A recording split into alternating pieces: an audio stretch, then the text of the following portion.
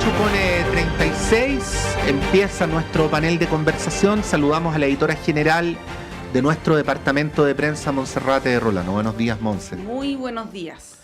Vamos a saludar en primer lugar, a través de la conexión remota, a la secretaria general de la Democracia Cristiana, Alejandra Krause. Alejandra, como siempre, muy bienvenida. Gracias por estar acá. Muchas gracias, Patricio. Muchas gracias, Monse. Feliz de compartir este espacio con ustedes. Qué bueno, Alejandra. Siempre es importante incorporar una porción de alegría a las cosas que uno hace. Y por supuesto estamos esperando a Pamela Po, que se va a incorporar en poquitos segundos aquí al panel, pero vamos inmediatamente con los temas de conversación. Sí, pues y valoro el entusiasmo también de Alejandra, pues en estos tiempos es difícil mantener entusiasmo a veces. Monse, Patricio, uno no asumiría estos desafíos en la arena política si no estuviera dispuesto a vivirlo con algún grado de emoción, de compromiso y de felicidad. Sí, pues además, Alejandra, el entusiasmo es contagioso y cierta cara que se usa coloquialmente, que no voy a decir, pero todo el mundo sabe cuál es, también, ¿no? Así es que es mejor que sea el entusiasmo el que nos contagie. Sí, pues totalmente. Bueno, quien no está con mucho entusiasmo y felicidad en este momento es la diputada Carol Cariola, que ha experimentado horas bien difíciles, desde el momento del parto de su hijo, como es de conocimiento público, con este allanamiento que se produce en su domicilio. Han ido saliendo nuevos antecedentes. Por otro lado, está esta acción fracasada, frustrada, de una parte de la oposición del Partido Social Cristiano, que ayer una de sus parlamentarias dijo que iban a volver a impulsarla, cosa que parece no tener mucho sentido, pero y está focalizada en, evidentemente, la diputada Carol Cariola. De hecho, la diputada Sara Concha dijo algo así como: si es que ella no renuncia en un breve lapso de tiempo, vamos a impulsar nuevamente la censura. Está eso por un lado, Alejandra, y quería preguntarte cómo ves esta arremetida, ¿no?, contra la diputada Cariola. Y agrego, antes de pasar al plano más judicial, que hoy día también va a tener un nuevo episodio, la estrategia de defensa de la diputada, que tiene que ver un poco con enfrentarse a la fiscalía, ¿no?, al Ministerio Público, decir que ella evidentemente es inocente, y acusar también vulneración de sus derechos humanos, ¿no? Esta estrategia evidentemente está ligada con sus aspiraciones senatoriales en este año, ¿no? De intentar que su imagen no se vea manchada. ¿Cómo lo analizas desde el plano más político, ¿no?, para luego ya pasar al aspecto más judicial?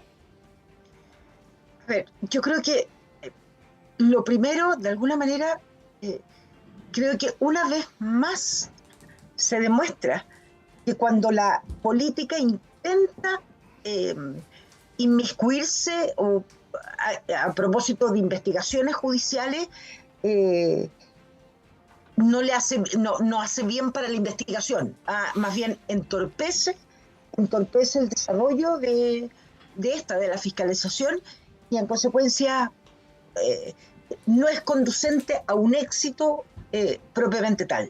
Segundo, ya por largos años, muchos hemos sostenido que la judicialización de la política lo único que hace al final es generar en la ciudadanía aún más distancia, porque el lenguaje, la verdad judicial muchas veces es muy distinta a lo que se va construyendo en los relatos ciudadanos, en lo que se va instalando como medida, digamos, como hechos aparentemente irrefutables.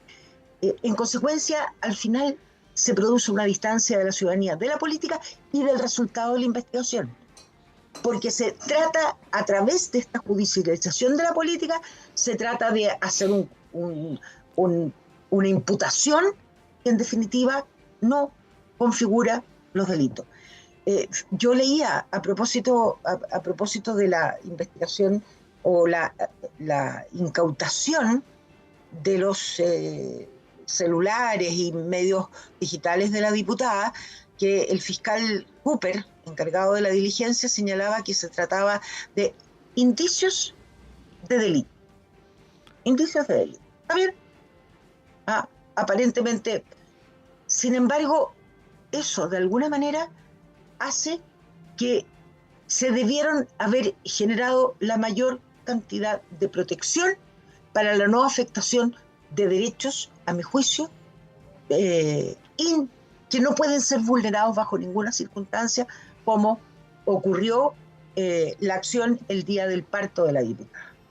En consecuencia, uno ve en estos hechos una mezcla de política, farandulización y, ¿cómo se llama?, y judicialización de la política, que no le hace bien a la democracia ni a las instituciones, y nos polarizamos aún más en las posiciones y no dejamos de ir al fondo del asunto. Le damos la bienvenida a Pamela Poe. Bienvenida, Pamela. Muchas gracias. Pamela, un gusto. Un gusto igual. Estábamos analizando la situación de Carol Cariola, pero más que lo primero, que han sido las acusaciones y todo, Monse ponía el énfasis en el modo en que ella se ha defendido. Esto tiene una dimensión jurídico-judicial, vamos a decir, tiene una dimensión política y también tiene una dimensión, si me permiten la palabra, semiológica, ¿no? Todo este imaginario de la madre con el bebé en brazos y enfrentando con el bebé en brazos la situación política que se le ha puesto por delante. Bueno, ¿cuál es tu análisis al respecto? A ver, coincido con Alejandra que hay un tema de farandulización de la política, o sea, como que mientras más impactante es el hecho, ¿cierto? Para mostrarlo a la ciudadanía, digamos, es una cuestión que está, digamos, a la orden. Hubo una censura el lunes, ¿cierto? Se resolvió que no. Me imagino que dándole espacio para que ocurra esa investigación. O sea, estamos conociendo recién los hechos y por lo tanto, si la justicia en algún momento dice, bueno, esto hay que investigarlo más y hay un proceso judicial, etcétera, tendrá que hacerlo. Nadie está por fuera de la ley. Pero lo que no puede pasar es que esto se utilice ya como para destruir a una persona. O sea, lo que uno está viendo ahora en el Congreso es como que queremos ir a una segunda censura cuando ya la primera te dijeron que no. Entonces, es como se pierde el tiempo en una cuestión que tiene que correr por el carril judicial y no en una lógica, digamos, de casa de brujas, porque en el fondo eso es lo que está ocurriendo. Y es porque es una figura prominente, ¿cierto? Una mujer, en el fondo recién fue mamá, o sea, es como que todo esto, no sé si, o sea, si uno ve, como por ejemplo el caso Hermosilla, o ve otros casos, ¿cierto? No ha ocurrido así como de farándula, ¿cierto? Entonces yo creo que acá hay que cuidar, digamos, la democracia, las instituciones. Creo que hay una fragilidad hoy en día de nuestro sistema democrático y que obviamente ni siquiera hay una especie de que antes uno lo veía. Yo trabajo hace 12 años, digamos, en política directamente y había antes un como cuidado, digamos, entre las fuerzas políticas. O sea, sí, hay, digamos, diferencias, pero esto de ahora no lo había visto antes, digamos, como de tratar de destruir al oponente con lo que sea. Y creo que esto es súper peligroso porque nos lleva a no generar acuerdos transversales, preocupaciones país. Las investigaciones tienen que ocurrir para el lado que sean, digamos. Pero, por ejemplo, pongamos al diputado Lavín. O sea, se fue a su oficina, ¿cierto?, la PDI y no ocurrió nada más. Y ahí murió el tema. Nadie hizo un espectáculo, digamos, del tema. Entonces yo creo que hay un espectáculo que se quiere montar, digamos, con algo que todavía está súper incipiente para investigar, digamos. Sí, ahora yo con esto no quiero, por favor, hacer ningún juicio de valor que no se interprete de esa manera, pero la diputada también toma la decisión de ir al Congreso, podría no haberlo hecho, de interrumpir su postnatal a los 8 días de haber tenido este parto, ir con su bebé y con eso también no voy a decir argumentos, ¿no? Pero sí da material para que esto salga en todas las portadas, en todos los canales, ¿no? Si ella no hubiera hecho, probablemente no estaríamos hablando en ese plano, ¿no? Quizás de esta manera. Con esto no quiero juzgarla, insisto, no es un juicio de valor, es una constatación de que ella también ha tomado esa decisión. Ahora, Alejandra... Monse, ¿sí? Monse, a ver, a mí me pasa, perdón. El entusiasmo, ese es el entusiasmo, Alejandra Krauss. No, está bien. Está bien. Sí. Es que no nos veíamos hace mucho tiempo. Es verdad. Así que permítanme tener entusiasmo de volvernos a ver. Pero bueno, me pasa, yo he pensado mucho qué habría hecho yo. Y les quiero decir que a 8 días de haber tenido mi guagua, de lo que significa en este proceso de amamantamiento, de apego, yo de verdad habría ido también con mi guagua al Congreso, más si soy una autoridad y estoy presidiendo la Cámara. Y tengo la sospecha, no puedo decir convicción, porque eso no es posible, pero la sospecha es que si la diputada Cariola no hubiera asistido al Congreso, se habría hecho un juicio respecto a cómo elude, o se podría haber construido otro relato. Porque para ser ciertos, creo que aquí lo que se persigue, como bien Pamela, es la persona de la diputada Cariola, es la tercera censura. Además, los socialcristianos hierran jurídicamente, afectan la institución. La censura procede cuando por actos de la mesa, si no estaban censurando solo a la diputada Cariola, también caía el diputado Edo y el diputado Rivas. Y son por actos que comete la mesa en el ejercicio parlamentario. En consecuencia, yo me temo que hubiera sido también otra decisión. Y como mamá, como mujer, yo habría estado apegada con mi guagua a los 8 días. Lo digo, no puedo no hacerlo porque fui mamá, bueno, soy mamá, pero parí 7 hijos. 7 hijos y ejercía la profesión y andaba con ellos apegado en todas partes. Sí. Entonces, de verdad, siento que hay que ponerse en muchas dimensiones. Y si quisieron hacer un hecho político los socialcristianos, si quisieron afectar a una diputada comunista, porque de eso se trata, ¿ya? Comunista, respecto a los cuales yo estoy muy alejada, pero no puedo, sino, bueno, hagámoslo. Tomaron la definición, la fiscalía, de que el día que estaba poniendo su guagua, eso fue lo que afectaron. Todo lo que significa el momento del nacimiento de un primer hijo. Bueno, muestren la diputada también. Si quisieron hacer un hecho de ese día, bueno, tú construyes la forma como le hablas a la ciudadanía también a partir de eso. Sí. Bueno, por eso... Monse, quería es como lo siento, Sí, no, está bien. Sí. Además con 7 hijos, ¿quién? Sí. No. Pero yo siendo hombre te entendí perfecto, Alejandra, porque vino a mi memoria un hecho que se me había olvidado, que fue la primera vez que salí solo con mi hijo, que tenía como 2 meses, y fue una discusión con la mamá, pues. No quería que yo saliera solo con él, y ya tenía 2 meses. Simplemente creo que en este tipo de cuestiones es bueno ir situando las cosas tanto en el plano de lo puntual como en el plano de lo más general. Lo que motiva esto puntual que estamos conversando tiene en primer lugar una arista investigativa. Como Monse subrayaba ayer, es una investigación desformalizada, pero es sobre hechos que ameritan investigar, y en eso hay que ser bien preciso y claro. Por el otro lado está este actuar de un sector de la Cámara. Ayer entrevistamos al diputado Jorge Guzmán de Bópoli, muy interesante la entrevista porque él fue muy duro con el sector que impulsó la acusación, aún siendo al mismo tiempo muy crítico de la diputada Cariola, ¿no? Pero habló tanto de problemas de procedimientos como de inteligencia política. Al fin y al cabo lo que hizo fue fortalecer a la diputada en vez de debilitarla.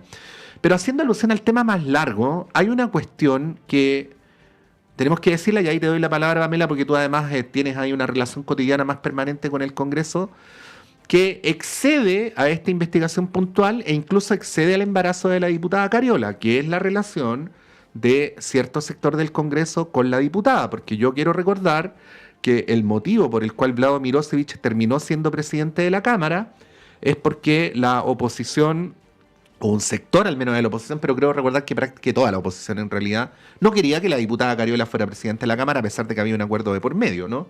Y eso fue antes de que quedara embarazada, antes de que se conocieran estos WhatsApp. Entonces hay una cosa que de alguna manera ha acompañado todo este periodo legislativo. La censura anterior fue por las posiciones del partido sobre Venezuela, que no son las posiciones personales de la diputada tampoco.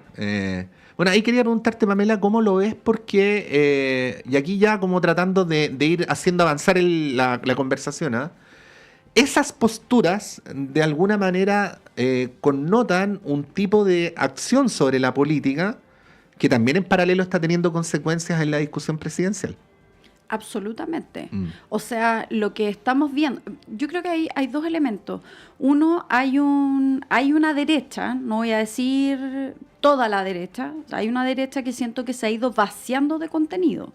Y entonces va a estas cosas como pirotécnicas de la política. Entonces, esta censura, por ejemplo, hay diputados que quieren volver a ir con la censura, ¿cierto? Entonces, como de nuevo a remeter, y es como uno se pregunta y es como, bueno, ¿y qué proyectos de ley estás haciendo tú como dentro de tu labor parlamentaria? O sea, como que si uno empieza ya a ir un poco más al fondo, no hay mucha carne, digamos, que uno diga, bueno, aquí tenemos posiciones, un pensamiento país, miro el país a una década, 2 décadas, ¿cierto? No existe ese pensamiento hoy en día. Estamos viviendo el día a día solamente. Entonces, y en política no podemos vivir del carpe diem, digamos. Es como necesitamos proyectar políticas públicas de largo plazo, que sean duraderas, que den estabilidad al país, que tanto que se aboga porque queremos tener crecimiento económico y un montón de cosas. Bueno, eso no nace por magia. Eso nace, ¿cierto?, de la construcción de acuerdos, y eso es lo que hoy en día no hay. Y lo que tenemos que hay un sector que llegó a la política absolutamente vacío, sin contenido, y el contenido lo hacen, digamos, de la contingencia. Y eso es tremendamente peligroso porque en el fondo la gente sigue teniendo los mismos problemas, ¿cierto?, sociales, de viviendas, de un montón de cosas que no hemos podido solucionar, y eso agrava, digamos, la desafectación con la propia democracia. O sea, la gente se pregunta, ¿por qué tengo que ir a votar? Y entonces ahora tenemos un voto obligatorio que te obliga a ir a votar, pero en el fondo tú vas a ir a votar por cualquiera, porque tampoco hay una invitación de un proyecto país, un proyecto político, digamos, que nos llame la atención. Entonces, al final, el que tira el tejo más pasado con la cuña que le pega al otro, digamos, es el que parece que está quedando. Y ahí tenemos, por ejemplo, lo que hemos visto con Trump. O sea, si nos vamos a mirar un poco lo que va pasando, ahí tenemos la desintegración, digamos, de lo que es el contenido. No hay contenido. Entonces, es muy peligroso. Y yo veo que hay sectores ahora en el Congreso, ¿cierto?, que están utilizando esta muñeca, digamos. Y yo creo que ahí hay una derecha que siento que tiene una labor que es hacer ese dique de contención de no dejar pasar eso. Y ahí creo que está peligroso porque uno ve los discursos presidenciales, que hay que es la candidata que uno pensaría que es la más seria, digamos, ayer reponer la pena de muerte. O sea, sí, vamos a hablar de eso en breve, entre otras propuestas también bien preocupantes. Pero para cerrar el tema de Cariola, Alejandra, claro, guardando las proporciones, porque hay que tener en cuenta que hay casos que son mucho más graves que este. Sí. Hay una investigación, y está en calidad de imputada, pero es una investigación desformalizada. Y claro, ahí surge la pregunta de si es que una persona, un diputado, por el solo hecho de ser investigado, debiera estar inhabilitado políticamente, ¿no? Que es un poco la hipótesis de parte de la oposición. Hay hechos que se han ido conociendo, esta relación media extraña, vamos a decirlo así, con empresarios chinos de la diputada Cariola, que todavía no está esclarecida. Ella va a plantear su defensa. Hoy hay una acción que busca anular la diligencia que se realizó la semana pasada para que no se revise el contenido de su celular y del computador que se le requisaron. Ese es como el objetivo. Pero bueno, está la pregunta instalada, y ahí te la traspaso, Alejandra, como política, también como abogada, si quieres, de si un representante político como Carol Cariola, que no es cualquiera, no solo por ser presidenta de la Cámara, por el solo hecho de estar indagado en alguna situación como esta, debiera ser cuestionado, o hay que esperar a que el proceso judicial culmine, que en algunos casos son bien extensos. Estamos recién, por ejemplo, el caso de la Operación Huracán, empezó el juicio a 8 años de haber ocurrido los hechos. Los tiempos de la Fiscalía, que además sabemos que está agobiada, no son necesariamente los de la política, ¿no? Y ahí se produce también un problema, hay muchas causas también judiciales. ¿Cómo lo ves, Alejandra? Yo creo, a ver, yo me he ido, Monse, Patricio, Pamela, convenciendo, digamos, adquiriendo una convicción de carácter jurídico, de que hay que ser muy, muy prudente cuando uno quiere empezar a proponer modificaciones en la legislación o a generar nuevos ilícitos o legislar respecto de nuevos hechos, a la luz de elementos que puedan estar ocurriendo, de cualquier naturaleza. En materia de imputación o en qué momento generemos inhabilidad para el ejercicio de determinados cargos, en esta materia hay que ser muy cuidadoso, porque podría ocurrir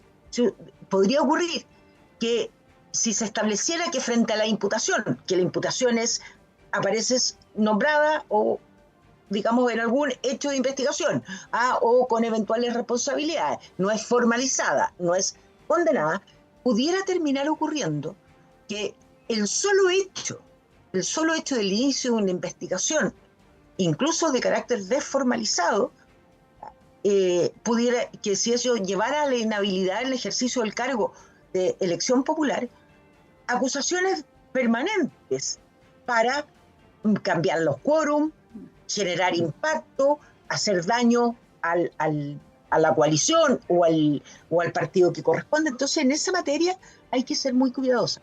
Si uno hiciera una investigación que ocurre, por ejemplo, a nivel municipal, ¿cómo en el año de elecciones se inician una serie de denuncias de distinto tipo en contra de quienes, ya sea el alcalde en ejercicio o concejales en ejercicio, para generar las inhabilidades o eventuales investigaciones que lo ponen en jaque frente a la adhesión popular? Entonces, en esa materia, yo, invito a ser muy cuidadoso y muy, muy responsable.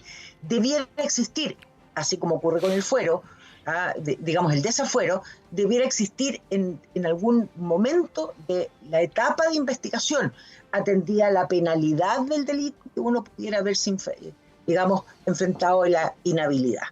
Y lo que sí estoy completamente de acuerdo es que desaforado, un parlamentario, no debiera seguir percibiendo dieta.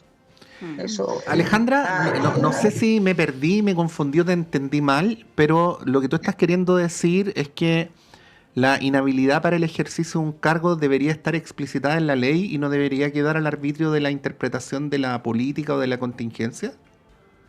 Sí, más que, sin duda establecida en la ley, son afectación de derechos políticos, no puede. Te lo digo porque, por ejemplo, a propósito del tema del general, se me acaba de olvidar el nombre del general, el apellido del general, el de Carabinero, el que se fue ahora, del general Yáñez, ¿no? Claro. No es la ley la que zanja finalmente, sino una discusión de carácter político, y ahí apareció el criterio Tobá y sería pero eso es cuando debe renunciar. ¿Ya? Claro, por eso te pregunto, si... No, yo creo que tú no debes, en estas materias, dejar al criterio interpretativo de la política porque vas a cambiar criterios según las circunstancias. Mejor que esté en la ley. Que esté en la ley, que permita a los jueces, porque es la afectación de derechos, ya sea de derechos civiles o de derechos políticos. En eso creo que hay que ser tremendamente cuidadosos, se afectan derechos de las personas. En consecuencia no puede quedar al arbitrio del debate político y de alguna manera que empieza a medirse en encuestas de opinión y va conduciendo a el debate político y la toma de decisiones en el ámbito administrativo político. Bien, tenemos que hacer un breve corte. A la vuelta, el tema presidencial que ha tenido ahí varias novedades en el área de la centroizquierda, de la izquierda. Está este cruce de palabras entre Carolina Toá y Daniel Jadwe. Está la negativa ya definitiva de Tomás Bodanovich, lo que va a pasar en un par de días más con el Frente Amplio, por ejemplo, la presión de parlamentarios del Partido Socialista para que ellos puedan nominar a Carolina Toá y echar por tierra esta posición de candidato propio, ¿no? Y en la derecha hay bastante intranquilidad, podría decir, ¿no? Con unos números que no son muy esperanzadores para la candidata de Chile Vamos. Hay algunos analistas que han puesto en duda incluso que ella pueda sortear la primera valla de la primera vuelta, ¿no? Por lo tanto, es una situación que está ahí en desarrollo. La Democracia Cristiana tiene también algo que decir al respecto. Son las 9:03, hacemos un breve alto y a la vuelta retomamos esta y otros temas.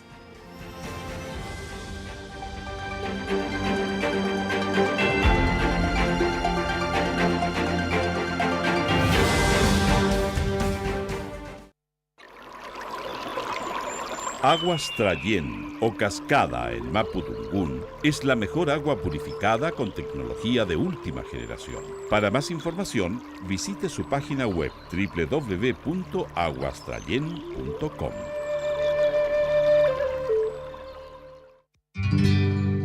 Descubre el fascinante mundo del patrimonio cultural chileno en Chile, su tierra y su gente.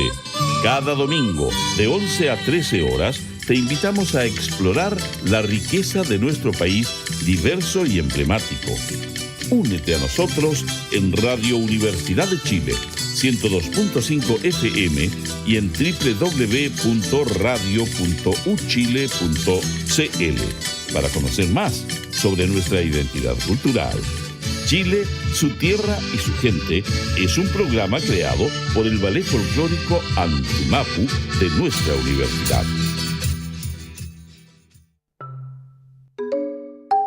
Perdidos en el espacio, casi 30 años al aire. Músicas raras, raras y más raras. Instagram, @Perdidos en el Espacio 2003. Lunes, 22 horas.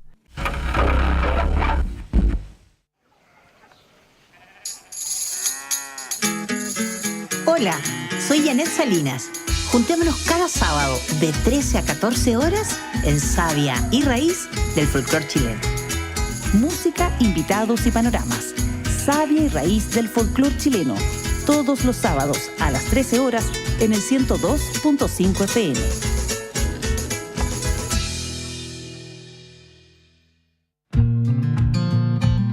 La Voz de Enfermería.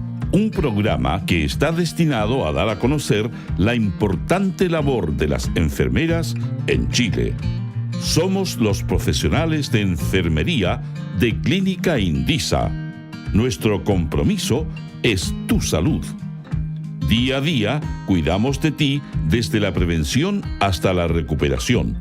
Formamos parte del Sindicato de Enfermería defendiendo tus derechos como trabajador y garantizando tu bienestar. Edúcate y crece con nosotros porque tu salud es nuestra prioridad. Todos los lunes, desde las 17 horas, en el 102.5 FM y radio.uchile.cl. Conciencias y Educación, un programa de la Facultad de Ciencias de la Universidad de Chile dedicado a mostrar el estado de la ciencia de frontera y analizar las políticas educacionales y contenidos programáticos sobre educación científica y educación ambiental. Hola amigas y amigos, soy Raúl Morales Segura, decano de la Facultad de Ciencias de la Universidad de Chile y deseo invitarles a acompañarnos en nuestro programa Conciencias y Educación cada viernes a las 12 horas en Radio Universidad de Chile. Conciencias y Educación, un programa para una ciudadanía más demandada en los avances científicos, tecnológicos y ambientales, en el 102.5 FM y radio.uchile.cl.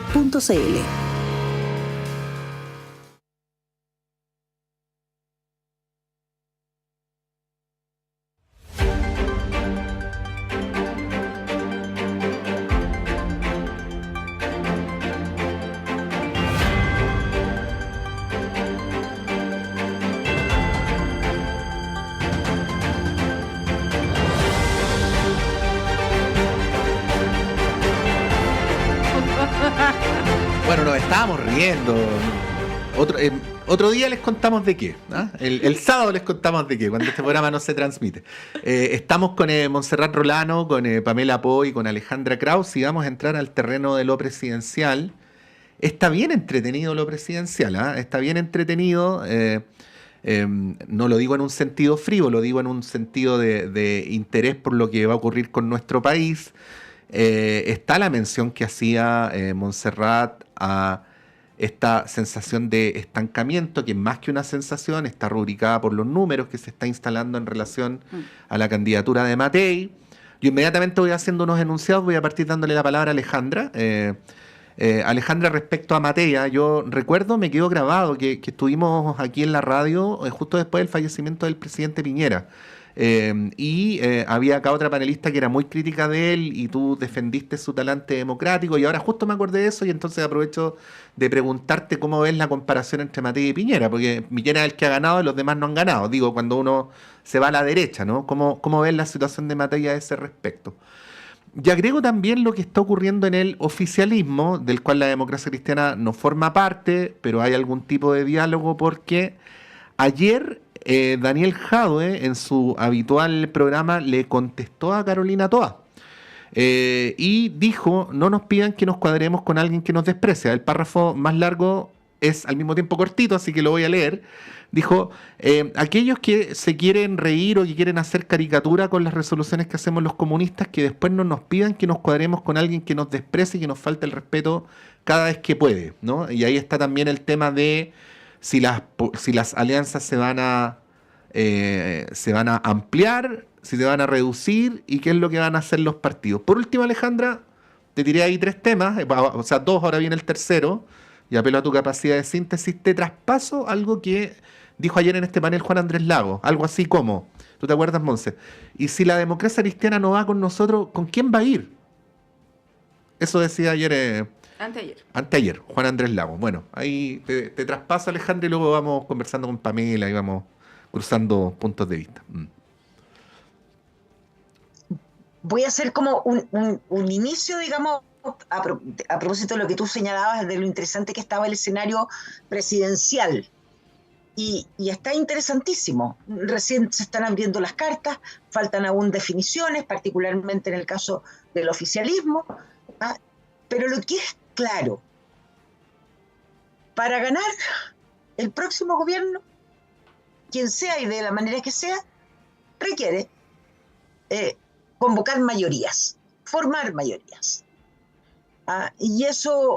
Y hoy día nos enfrentamos a 2 escenarios. Probablemente una primera mayoría, una minoría, probablemente la más grande, que todavía es la derecha, pero es una minoría porque está fraccionada en 3. Y es una minoría. No llega a, digamos, no tiene los números suficientes para la primera vuelta al menos. En el caso del oficialismo, y si tú quieres más la DC, es otra minoría. El oficialismo, claramente, por sí mismo, tampoco gana. Tampoco. Tiene un 30%, que es, digamos, la adhesión al gobierno. del presidente Boric. En consecuencia, el desafío es tremendamente grande, porque de no ocurrir la construcción de estas mayorías, la inestabilidad en el próximo gobierno va a ser compleja. Va a ser con un escenario parlamentario en que se pudieran agudizar a las políticas obstaculizadoras de uno a otro lado. En consecuencia, el desafío para los dos grandes bloques, si tú quieres, sin entrar digamos, a la fragmentación de los mismos, es construir esas mayorías que necesitan para gobernar. Y eso, por el momento, no se ve. Lo que tú señalabas, Matei va bajando. Y Matei está tan lejos de la figura de Piñera, muy complejo. Yo tengo el convencimiento de que si Piñera no hubiera fallecido, a poner, sería hoy día claramente el candidato de la derecha. Quienes quieran hoy día señalar de que él jamás había pensado ir a una tercera, él estaba en ese proceso, legítimamente, ¿por qué no? En consecuencia, no le traspasó, y era muy difícil. Yo creo que ese día lo hablamos, a propósito de la figura de Piñera. Era muy difícil traspasar, digamos, a la figura de Piñera. Muchos ese día se lo disputaban, hasta la senadora Rincón, que era, digamos que quiso de alguna manera, o esbozó inicialmente, la derecha no la veía, por supuesto, pero quiso de una u otra manera hacerlo, digamos, y ahí había una disputa, quién iba a ser el verdadero heredero de Piñera. Y terminó no siéndolo, y creció la ultraderecha. Matei se estancó, Matei tenía un techo, llegó al techo, se adelantó muchísimo antes de tiempo. Sostener esa candidatura era compleja, y también la dificultad a este otro lado. ¿Sí? Tampoco el oficialismo tiene resuelta sus definiciones. Pudiera existir una primaria por muy amplia, pero tan fragmentada que quien gane con un porcentaje ínfimo. No sabemos el nivel de participación que pudiera existir en esa primaria. Y bueno, uno conoce, a propósito de Juan Andrés Lagos, su forma de expresarse. Lo que quiero dejar claro, hay un voto político de la Democracia Cristiana del mes de diciembre, del Consejo Nacional, en que para tranquilidad, digamos, o para claridad, no tranquilidad, digamos, para claridad, en que no es el camino propio lo de la Democracia Cristiana, y tampoco aliarse con la derecha, o grupos de derecha. Y nosotros hemos querido ir construyendo además un concepto que hemos denominado el cordón sanitario. Y este es el cordón sanitario político. Nadie que se haya, digamos, vinculado a la ultraderecha, nadie pudiera pensar que la Democracia Cristiana pudiera hacer algún tipo de acuerdo. Así que nosotros seguiremos digamos, insistiendo en que tenemos que ser capaces de convocar, a propósito de lo que señalé al comienzo, y creo que todos los partidos, construir mayoría, tenemos que ser capaces de volcar a una ciudadanía a mayores electores, a que mayores personas se adhieran a lo que es, a juicio nuestro, los proyectos políticos que suponen transformaciones para el país, y no renunciar, como es mi sueño, al Estado social y democrático de derecho. Sí, la senadora Rincón, a propósito de la alusión que se hace el fin de semana en una entrevista en Canal 13, en Mesa Central, ella dijo algo que me pareció llamativo al menos, ¿no? Que el Partido Demócrata no ha ido virando hacia la derecha, sino que su cercanía con Chile Vamos, recordemos que Demócrata apoyó el segundo proceso constitucional y bueno, ha estado bien cercano a Chile Vamos, sino que Chile Vamos ha ido al centro, que es un partido es una fuerza política de centro, sino que como que dio vuelta el argumento, cosa que es al menos discutible, ¿no? Por cierto. Ahora, Pamela, el término, el concepto, a raíz de lo que dice Alejandra de esto de generar mayorías, el concepto de gobernabilidad. ¿Dónde lo ves tú? ¿En qué lado, ¿no?, del espectro político? Porque había una dificultad para generar mayorías, eso es una constatación. En la derecha creo que nunca había habido tal dispersión, tal división y tal nivel de odiosidad entre distintos representantes de distintas derechas, ¿no?, que antes no las teníamos. Hace un año nadie estaba hablando de alguien que estuviera a la derecha de José Antonio Kast, ¿no? Parecía bastante inverosímil y bueno, hoy tenemos ese escenario. La gobernabilidad de Evelyn Matei, en caso que ella fuera electa, se ve complicada en ese sentido, ¿no? Y por el otro lado está, bueno, la figura de Carolina Toá, donde se ve quizás que ella podría aglutinar más, ¿no? No se ve, salvo lo que mencionábamos de Jadwe, ¿no? Pero en general se ven más coincidencias que diferencias. ¿Cómo lo analizas en ese plano, pensando ya en un futuro gobierno que requiere construir mayorías y generar gobernabilidad? Mira, yo creo que hay varios elementos. Para generar gobernabilidad, ¿cierto?, tienes que generar política pública a nivel país, no solamente para tu sector. A mí me da la impresión que la derecha, el problema que tiene hoy en día es que como se ha ido como planteando más conservadora, ¿cierto?, porque hay una derecha que te está tirando más hacia la derecha, entonces vamos con apuestas como la pena de muerte, no al aborto, o sea, como un montón de temas, ¿cierto?, que a la ciudadanía no le hace sentido, o sea, y en el fondo la apuesta la van subiendo esa apuesta. Entonces, si gobernara la derecha en este país, yo te aseguro que va a estar lleno de marchas y va a haber protestas y va a estar, va a haber esa chispa, digamos, que va a prender, creo yo, ¿ya? Y si yo pienso en los empresarios, yo creo que los empresarios no quieren eso. O sea, pensemos en la gobernabilidad así como de país, que el país esté tranquilo, que podamos hacer crecimiento económico, con un país que la gente sale a protestar. Veamos el país vecino, Argentina. En estos momentos la gente está saliendo a la calle. O sea, cuando tú tienes políticas regresivas en lo social y la gente se empobrece, la gente va a salir a la calle. Y yo siento que la derecha es eso un poco lo que está ofreciendo, a raíz de que han ido con este discurso regresivo. No toda la derecha, pero Matei tiene ese problema en estos momentos. Entonces yo siento que no asegura la gobernabilidad. Ese es un elemento. Y el otro elemento es el Congreso. Y es con cuántos parlamentarios vas a llegar. Yo creo que este gobierno, si bien no ha sido el gobierno de las grandes políticas, sí ha tenido y ha sabido sortear una cierta minoría parlamentaria que tiene en el Congreso. No lograron hacer las grandes reformas, pero han logrado sortear reformas complejas, pensiones, 40 horas, o sea, está ese tema. Entonces yo creo que acá se tiene que aglutinar la centroizquierda y la derecha también, ¿cierto?, en generar esa persona que va a llevar las banderas políticas del sector, pero también tiene que asegurar la mayoría parlamentaria. Si no tienes mayoría parlamentaria, tu proyecto país no es realizable, porque en el fondo no vas a tener la mayoría para convocar y que voten tus proyectos. Entonces, como estamos en este péndulo político permanente, de pasarnos de derecha a izquierda, por ejemplo, este gobierno le tocó, la derecha le impuso una agenda de seguridad.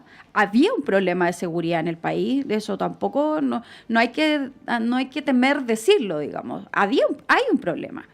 Pero la derecha le impuso, digamos, una agenda que la centroizquierda se tuvo que hacer cargo, y lo que va a pasar en este enroque, si saliera a la derecha, es que la centroizquierda va a imponer sus temas sociales. Entonces, siento que en ese zapato chino estamos, y que si hay una figura, no es mi candidata, digamos, pero creo que toda tiene un poco ese perfil de dar esa gobernabilidad, que al mundo empresarial le va a gustar, que a una centroizquierda bien ancha, digamos, le va a gustar, y creo que van a sortear el tema de la calle. Y Matei va a tener dos oposiciones muy duras. Además. La oposición de la izquierda, sí, y la centroizquierda, y la oposición de la derecha. Absolutamente. Que no la quiere, pero... Y estar al medio es jodido siempre. Sí. No, simplemente hacer una mención. Yo a los demócratas y a los amarillos no logro entenderlos. O sea, aparte de que estaban supuestamente en un proceso de fusión, lo cual a lo mejor si hubiera aquí algún demócrata amarillo me podría retar, pero visto desde afuera no se ve una gran diferencia entre ellos, entonces parecería ser que la fusión es como lo obvio, más aún porque les ha ido mal en las elecciones, pues sí, en general, de repente sacan la cifra de que sacaron hartos concejales la vez anterior, yo no sé, ahí queda para la opinión, pero es raro porque mientras Jimena Rincón explícitamente mira hacia Chile Vamos, Jorge Burgos da entrevista diciendo que apoyaría a Toá. Es evidente, a lo mejor ellos lo van a negar, pero que hay un quiebre en el trabajo senatorial entre Rincón y Walker. Votan distintos en proyectos y así sucesivamente. Y cuando además hay partidos que son débiles o que son chicos, la suerte de una persona suele incidir en el futuro del colectivo. Entonces, no se puede dejar fuera del análisis el hecho de que como la senadora Rincón termina su periodo senatorial, su futuro personal es un hecho que incide en el tipo de dinámica que se da al interior del partido o de esos partidos. Hago esa mención nomás, pero no sé si Alejandra quieres comentar algo al respecto. Queríamos dejar los últimos minutos también para comentar lo que está pasando en Argentina, que es bien preocupante. La represión ayer fue tremenda. Hay un fotógrafo, todo indica, con muerte cerebral, y esto no es un hecho puntual nomás, sino que yo más temprano daba cuenta de un informe de Amnistía de hace poquitas semanas donde daba cuenta de un grave deterioro en el tema de los derechos humanos en ese país, aún en un gobierno elegido democráticamente, lo cual, pienso yo, ha de preocuparnos el doble. Bueno, ahí te cedo la palabra, Alejandra. Bueno, en relación a los análisis que realizaste anteriormente de demócratas y amarillos, tiendo a coincidir, digamos, así que no... Pero lo de Argentina, pues, hablábamos... el retroceso que puede suponer un gobierno populista, un gobierno, como ellos denominan los libertarios de ultraderecha. La verdad es que nuestro país debiera observar, la ciudadanía debiera observar lo que impacta en las vidas de ellos. Como que de repente nosotros no dimensionamos lo que suponen decisiones decisiones que nacen. Su origen es absolutamente democrático, como en el caso de Milei, pero no solo es Milei, también lo es Maduro, también lo es Ortega. Origen absolutamente democrático para irse transformando en regímenes totalitarios. Y que importan lo que está pasando en Argentina, importan la vulneración de derechos fundamentales de las personas, no solo, digamos, quiero como ser más profunda, cómo les impacta en su tema patrimonial, en su tema económico. Si quienes salieron ayer a marchar a la calle, apoyados eran los jubilados, los pensionados, la miseria, las condiciones de vida, el impacto en las vidas de las personas. En consecuencia, eso es, digamos, tremendamente relevante para observar. Y lo otro, el tema cómo se aborda el orden público. Bullrich, con su discurso protección, digamos, de exacerbación de la seguridad pública, del orden público, sacó, creo que 1.000 policías a la calle. 1.000 policías. Eso es un llamado a generar un desorden para culminar en violencia y justificar las medidas adoptadas. Eso es muy propio de gobiernos con las características como las de Milei. Y eso debiera a la ciudadanía hacerlos pensar, es lo que queremos para nuestras vidas, es lo que queremos para nuestros hijos, porque hay que traducir todos nuestros análisis políticos, teóricos, reflexiones, en lenguaje muy ciudadano, que la persona de verdad se pregunte si es lo que quiere para sí misma, para su padre, para sus hijos. Yo siempre pienso en mis hijos, en mis nietos. ¿Cómo va a ser su vida? Entonces, creo que es profundamente preocupante y una voz de alerta, porque hablamos de Trump, pero en general nosotros o la ciudadanía en general ve a Trump de personaje lejos, ¿verdad? Pero Milei, los argentinos no están lejos. Es algo que puede efectivamente ocurrir en nuestro país. Sí, porque nadie se veía venir y finalmente llegó. Ahora, Pamela, haciendo como una suerte de paralelo, si es que se puede, con Chile, porque sabemos que el tema fuerte y que motivó la llegada de Milei es la economía, no así el caso de Chile, que es la seguridad. En el último año o en el último par de años ha habido un discurso muy fuerte en Chile en materia de seguridad, de entregarle más atribuciones a las policías, fortalecer también este discurso. Pero claro, cuando vemos situaciones como una manifestación que es reprimida de esta manera, tan brutal como ocurre en Argentina y que también ha pasado en Chile, Sí. ahí uno se pregunta lo peligroso que pueden ser también estos discursos, ¿no? Hemos visto, por ejemplo, videos en redes sociales de los candidatos Kaiser y Kast portando armas de fuego, ¿no? Ayer la candidata de Chile Vamos hablaba de restituir la pena de muerte.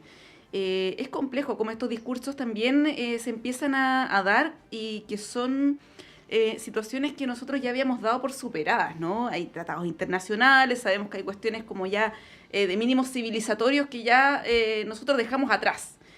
Pero se vuelven a instalar estos temas. ¿Cómo lo ves? Y quizás haciendo ahí el vínculo con lo que ocurre en Argentina.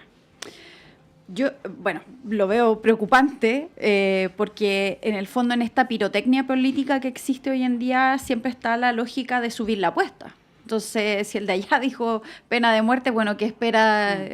¿Cuál es la apuesta que viene del otro? O sea, es bien complejo, creo yo. Y en ese sentido yo diría que aquí está lo interesante, creo, en la figura de Toa, sin ser mi candidata, ¿cierto?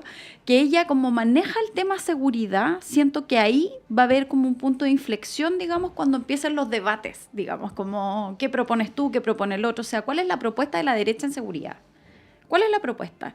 Si vemos lo que pasó con los Orregos, ¿cierto? Cuando Francisco Orrego decía voy a poner cámaras y bla, bla, bla, claro. Y después era como eso ya está, ya lo hicimos. Entonces siento que ahí es como que siento que la política, o sea, en este caso cuando estén los debates va a salir como el hecho de la candidata Toa de haber estado en el Ministerio del Interior te va a dar, digamos, como el manejo que va a tener sobre el tema. Si lo preocupante es cómo eso llega a la gente al final del día. Porque la gente siento que se está informando por canales. Salió un estudio hace poquito de que siguen influencers y la mayoría de los influencers, creo que el 90% de la información era como información falsa. Entonces, siento que ahí hay un tema, ¿cuál es el rol? O sea, si bien hay que mirar, digamos, a Milei cerca, ¿cierto? Veamos lo que pasó con la criptomoneda. O sea, por redes sociales es donde se está pasando un carril que siento que la política tradicional, ¿cierto? La democracia tradicional del siglo XX todavía no lo logra integrar. No logra integrar cómo hacemos para generar un proyecto político que le haga sentido a la ciudadanía y que no estemos con este barómetro de la pirotecnia política, ¿cierto?, que sube la apuesta, digamos, de qué es lo que se hace en seguridad, qué es lo que se hace en política pública. Ahora voy a decir algo que no pensé, es algo que he venido masticando, digamos. Es bien complejo porque la Constitución actual va a ser como esa barrera de que estos políticos no puedan hacer, digamos, lo que está haciendo Milei en Argentina. O sea, reponer la pena de muerte requiere un quórum de unanimidad.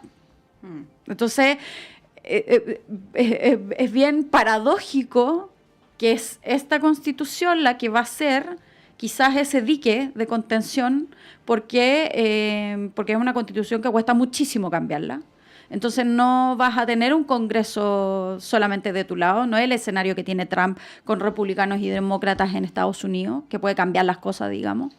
Entonces yo diría que hoy en día Chile tiene un plus, que es como su balance de poder de los distintos poderes. Y creo que ahí figuras como Kaiser Kaiser, no podría hacer lo que quisiera, digamos, como lo que está pasando en Argentina. Que además creo que hay que observar que es como países que son federados son los que están teniendo estas como más problemas que en el caso nuestro, que somos un país como unitario, digamos. Entonces, la política es unitaria. Entonces, en ese sentido, creo que ahí tenemos como barreras de protección que hoy en día que si bien yo he sido crítica, digamos, de la Constitución que tenemos, y que hay que hacerle ajustes y todo, creo que el escenario en el que nos vamos a mover va a ser como este dique finalmente. Y lo de Argentina, decir que obviamente lo encuentro terrible, lo que está pasando. Era horrible ver personas que decían estoy comiendo una vez al día, abuelitos, o sea, no estamos hablando de jóvenes. Y espero que en el caso nuestro, igual a pesar de todo que nos quejamos de nuestro país, yo me quejo también, es un país bastante estable en la política, digamos, o sea, a pesar del circo que tenemos. Lo que tenemos que ocuparnos es que ese circo no crezca. Sí, ha habido gente que sospecha, nosotros también lo hemos hecho, pero no en un sentido conspiratorio, sino en un sentido de precisar las políticas públicas de cómo se está midiendo la pobreza en Chile. Igual han mejorado mucho los mecanismos de medición, ahora hay parámetros más complejos, en fin, pero es evidente que no se puede comparar el nivel de pobreza que tenemos en Chile con ese 52 al que llegó a estar la pobreza en Argentina. Sí. Más de la mitad de un país en pobreza es algo que es tremendo. Bueno, Alejandra Krauss, muchas gracias, que tengas un buen día. Lo mismo, un abrazo, que estén muy bien, cuídense. Misma cosa, Pamela Po, muchas gracias, Pame, por haber venido. Gracias por la invitación. Sí, con Montserrat vamos a un breve alto y a la vuelta vuelve Claudio Medrano con ustedes.